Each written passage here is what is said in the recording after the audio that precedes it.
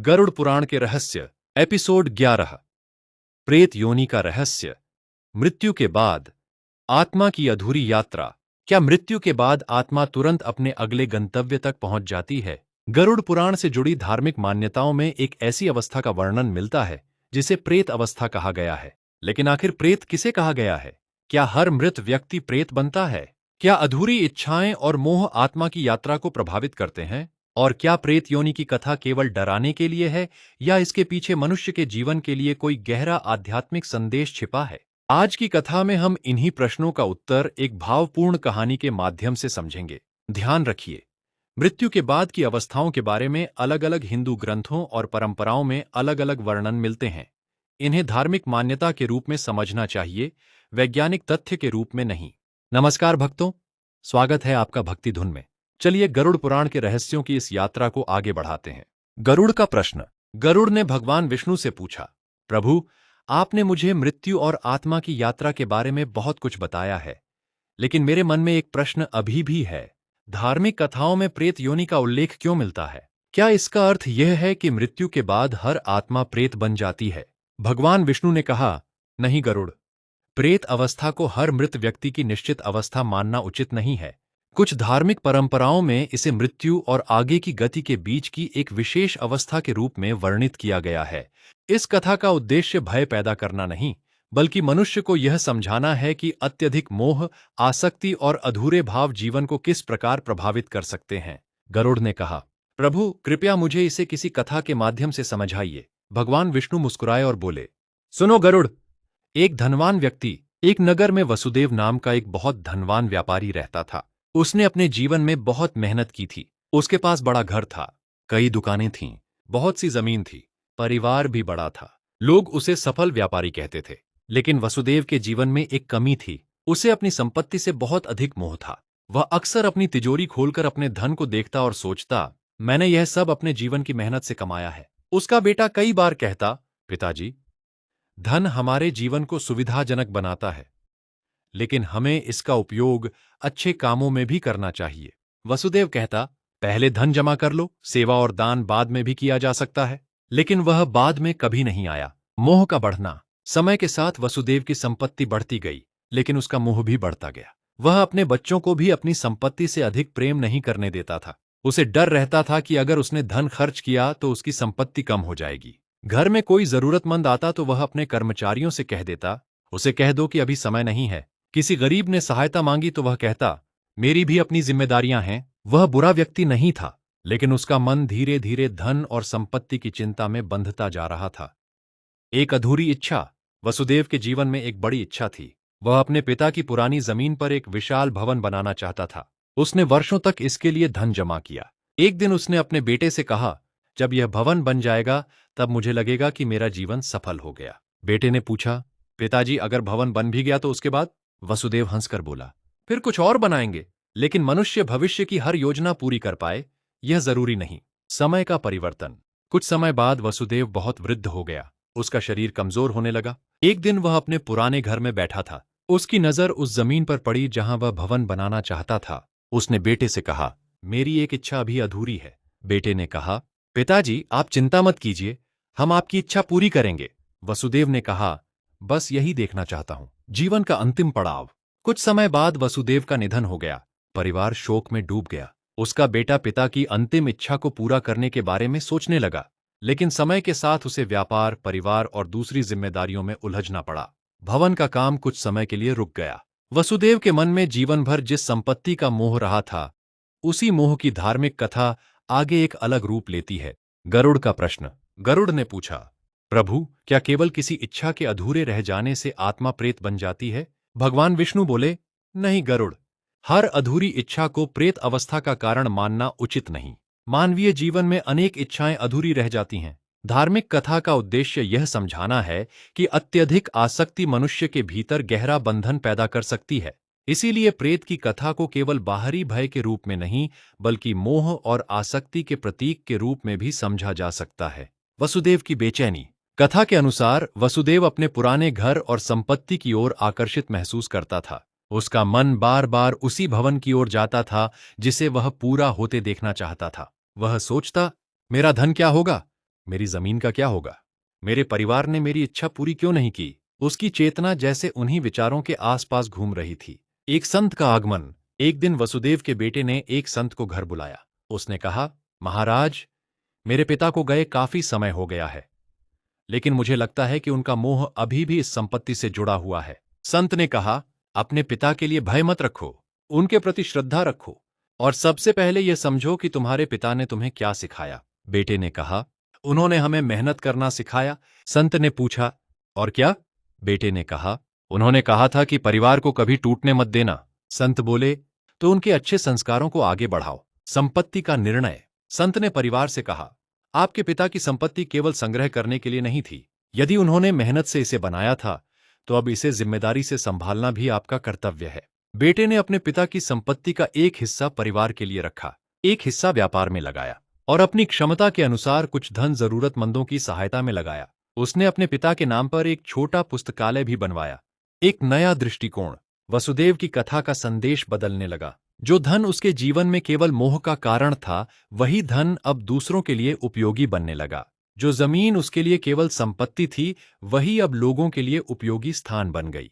उसके बेटे ने कहा, पिताजी, अब मुझे लगता है कि आपकी मेहनत का सही अर्थ समझ आया। गरुड़ ने पूछा, प्रभु, क्या अच्छे कर्मों से प्रेत अवस्था समाप्त हो जाती है? भगवान विष्णु ने कहा, गरुड़, इसे किसी निश्चित नियम की तरह नहीं समझना चाहिए। धार्मिक परंपराओं में मृत्यु के बाद की गति को कर्म, संस्कार और अन्य आध्यात्मिक अवधारणाओं से जोड़ा गया है। परिवार द्वारा किए गए धार्मिक कर्म श्रद्धा और कर्तव्य की भावना से किए जाते हैं, लेकिन सबसे महत्वपूर्ण बात यह है कि जीवित मनुष्य अपने जीवन को सही दिशा में ले जाए। अधूरी इच्छाओं का संदेश। भगवान ने कहा, गरुड़, मनुष्य की इच्छाएं कभी पूरी तरह समाप्त नहीं होतीं। एक इच्छा पूरी होती है तो दूसरी उत्पन्न हो जाती है। यदि मनुष्य अपनी पूरी पहचान इच्छाओं और वस्तुओं से जोड़ ले, तो उसके भीतर असंतोष बना रह सकता है। इसीलिए वैराग्य का अर्थ संसार छोड़ना ही नहीं है। वैराग्य का अर्थ यह समझना भी है कि संसार की वस्तुएं स्थायी नहीं हैं। एक गरीब वृद्ध। भगवान ने एक दूसरी कथा सुनाई। एक गांव में गोपाल नाम का वृद्ध रहता था। उसके पास बहुत धन नहीं था। एक छोटा सा घर था, कुछ जमीन थी। वह रोज मेहनत करता और जितना मिलता उसमें संतुष्ट रहता। एक दिन किसी ने उससे पूछा, तुम्हें कभी बड़ा घर बनाने की इच्छा नहीं हुई? गोपाल हंसकर बोला, इच्छा तो हुई थी, लेकिन मैंने समझ लिया कि घर बड़ा होने से मन जरूरी नहीं कि बड़ा हो जाए। संतोष का रहस्य। गोपाल अपनी छोटी सी आय में से भी कभी कभी किसी जरूरतमंद की सहायता करता। वह कहता, मेरे पास बहुत नहीं है, लेकिन जो है उसमें से थोड़ा किसी के काम आ जाए तो अच्छा है। उसके जीवन में बहुत बड़ी संपत्ति नहीं थी, लेकिन उसके मन में अपनी वस्तुओं को लेकर अत्यधिक भय भी नहीं था। भगवान विष्णु का संदेश। भगवान बोले, गरुड़, यही अंतर है। संपत्ति होना समस्या नहीं है, पर संपत्ति का मन पर अधिकार हो जाना एक बंधन बन सकता है। परिवार से प्रेम करना गलत नहीं, लेकिन अत्यधिक स्वामित्व की भावना मनुष्य को भीतर से परेशान कर सकती है। इसी प्रकार इच्छा रखना स्वाभाविक है, लेकिन इच्छा को जीवन का एकमात्र उद्देश्य बना लेना मनुष्य को अशांत कर सकता है। प्रेत कथा का आध्यात्मिक अर्थ। भक्तों, गरुड़ पुराण से जुड़ी प्रेत अवस्था की कथाओं को समझते समय केवल डरावने दृश्य या भय पर ध्यान देना उचित नहीं। इन कथाओं में एक मनोवैज्ञानिक और आध्यात्मिक संदेश भी देखा जा सकता है।